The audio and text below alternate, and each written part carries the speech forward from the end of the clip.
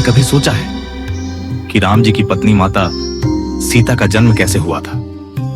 आज हम बात करेंगे एक ऐसी कहानी की जो हर हिंदू के दिल में बसी है। सीता माता के इस संसार में आने की कहानी सिर्फ एक कहानी नहीं है, यह हमारी आस्था और विश्वास की नींव है। माता सीता को भूमि की कन्या क्यों कहा जाता है? उनका जन्म कैसे हुआ था? राजा जनक को वे कैसे मिली थी? इन सभी सवालों के जवाब आज मिलेंगे। अगर आप भी जानना चाहते हैं कि हमारी पूजनीय माता सीता की कहानी क्या है, तो वीडियो को अंत तक जरूर देखिए। और हां दोस्तों, अगर आपको ऐसी धार्मिक और प्रेरणादायक कहानियां पसंद हैं, तो वीडियो को लाइक करें, कमेंट में जय सीता माता लिखें और चैनल को सब्सक्राइब करना ना भूलें। घंटी का बटन दबा दीजिए ताकि आपको हमारे अगले वीडियो की जानकारी सबसे पहले मिले। मिथिला नगरी के राजा जनक बहुत ही धर्मपरायण राजा थे। वे अपने राज्य की भलाई के लिए हमेशा चिंता करते रहते थे। एक दिन मिथिला में बहुत भयंकर सूखा पड़ा था। बारिश नहीं हो रही थी और खेत सूखे जा रहे थे। प्रजा परेशान थी और राजा जनक को बहुत चिंता हो रही थी। राजा जनक ने अपने मंत्रियों से सलाह ली। मंत्रियों ने कहा कि महाराज, आपको स्वयं खेत में हल चलाना चाहिए। जब राजा खुद हल चलाता है तो इंद्रदेव प्रसन्न होते हैं। राजा जनक ने यह सलाह मान ली। अगली सुबह राजा जनक खुद खेत में गए। उन्होंने अपने हाथों में हल पकड़ा और खेत जोतना शुरू किया। जब राजा जनक हल चला रहे थे तो अचानक हल किसी चीज से टकराया। हल एक जगह अटक गया और आगे नहीं बढ़ रहा था। राजा जनक ने देखा कि वहां मिट्टी में कुछ दबा हुआ है। उन्होंने उस जगह की मिट्टी खोद कर देखा। वहां एक बहुत ही सुंदर कलश दबा हुआ था। राजा जनक ने उस कलश को बाहर निकाला। जब उन्होंने कलश खोला तो उनकी आंखें चकाचौंध हो गईं। कलश के अंदर एक अत्यंत सुंदर कन्या बैठी हुई थी। वह कन्या इतनी सुंदर थी कि स्वर्ग की अप्सराएं भी उसके सामने फीकी लगती। उसके मुख पर एक दिव्य तेज था। राजा जनक समझ गए कि यह कोई साधारण कन्या नहीं है, यह कोई दिव्य आत्मा है जो उन्हें मिली है। राजा जनक की आंखों से खुशी के आंसू निकल आए। वे जानते थे कि भगवान ने उन पर बहुत कृपा की है। उन्होंने उस कन्या को अपनी गोद में उठाया। कन्या ने राजा जनक को देखकर मुस्कुराया। राजा जनक का दिल भर आया और उन्होंने तय किया कि वे इस कन्या को अपनी बेटी मानकर पालेंगे। सीता नाम कैसे मिला, इस कहानी में भी बहुत गहराई है। राजा जनक ने बहुत सोचा कि इस दिव्य कन्या का नाम क्या रखा जाए।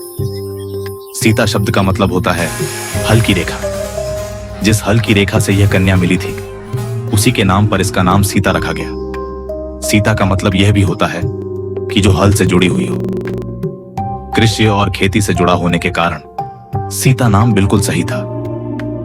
राजा जनक ने घोषणा की कि आज से यह कन्या उनकी बेटी है। सीता का नाम पूरी मिथिला नगरी में फैल गया। सभी लोग इस चमत्कार के बारे में बात करने लगे। प्रजा खुश थी कि उनके राजा को एक दिव्य कन्या मिली है। भूमिपुत्री क्यों कहलाई? सीता, इसके भी कई कारण हैं। सीता माता धरती माता से प्रकट हुई थी।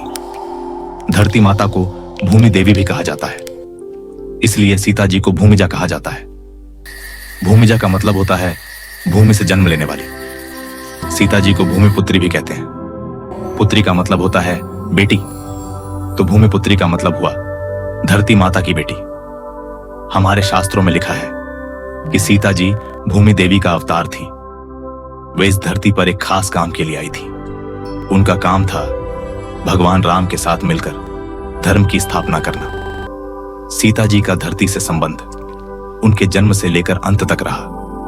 अंत में भी वे धरती माता की गोद में ही समा गई थी। राजा जनक का आश्चर्य और खुशी देखने वाली चीज थी। राजा जनक बहुत दिनों से एक बेटी की चाह कर रहे थे। रानी सुनैना भी एक बेटी चाहती थी। जब सीता मिली तो उनकी सारी इच्छाएं पूरी हो गई। राजा जनक ने तुरंत महल में खुशी का माहौल बनाया। उन्होंने पूरी प्रजा को मिठाई बांटी। मिथिला में जश्न मनाया गया। राजा जनक ने ब्राह्मणों को दान दिया, गरीबों को खाना खिलाया। सभी लोग सीता के आने से खुश थे। राजा जनक को लगता था कि यह सब एक सपना है, लेकिन जब वे सीता को देखते तो समझ जाते कि यह सच है। रानी सुनैना ने सीता को पहली बार देखा तो वे भाव विभोर हो गई। उन्होंने सीता को अपने दिल से लगाया। मां का प्यार सीता को मिल गया था। सीता के बचपन की कहानियां भी बहुत दिलचस्प हैं। सीता बचपन से ही बहुत तेजस्वी थी। वे सामान्य बच्चों की तरह नहीं थी। उनमें दिव्य शक्तियां थी। छोटी उम्र में ही वे भारी चीजें उठा सकती थी। एक बार महल में भगवान शिव का धनुष रखा था। वह धनुष इतना भारी था कि हजारों आदमी मिलकर भी उसे हिला नहीं सकते थे। छोटी सीता खेल खेल में उस धनुष को हिला दिया था। राजा जनक ने यह देखा तो वे समझ गए कि सीता कोई साधारण कन्या नहीं है। सीता की शिक्षा और संस्कार भी बेहतरीन थे। राजा जनक ने सीता की शिक्षा का पूरा ध्यान रखा। उन्होंने सबसे अच्छे गुरु सीता के लिए रखे। सीता ने वेद पुराण पढ़े।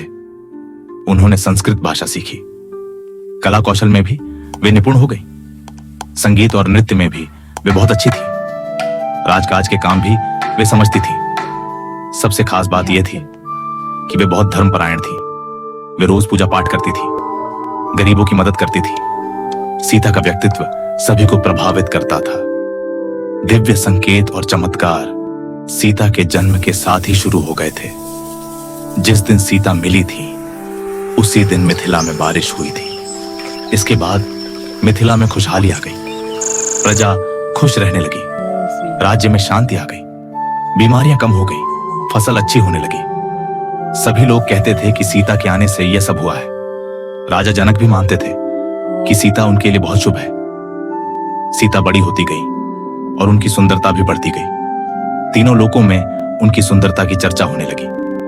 देवता भी सीता की प्रशंसा करते थे। ऋषि मुनि भी सीता के दर्शन के लिए आते थे।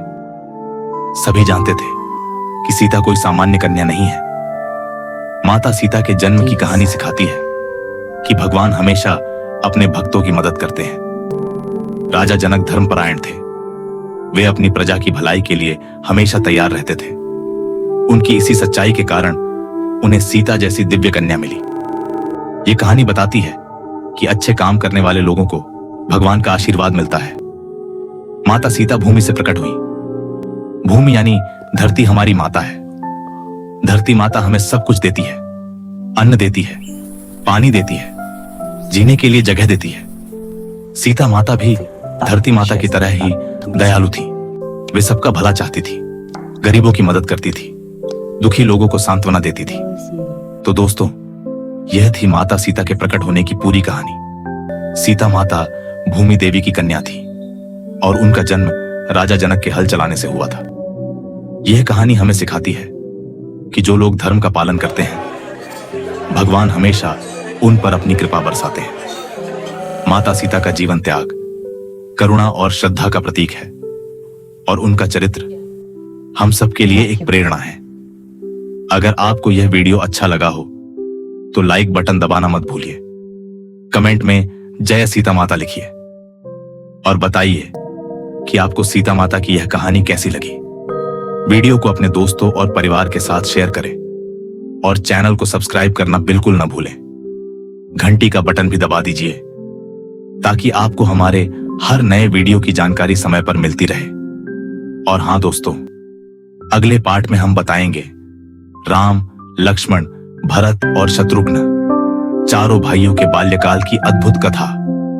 तो जुड़े रहिए हमारे साथ, क्योंकि अगला भाग होगा और भी रोमांचक और प्रेरणादायक।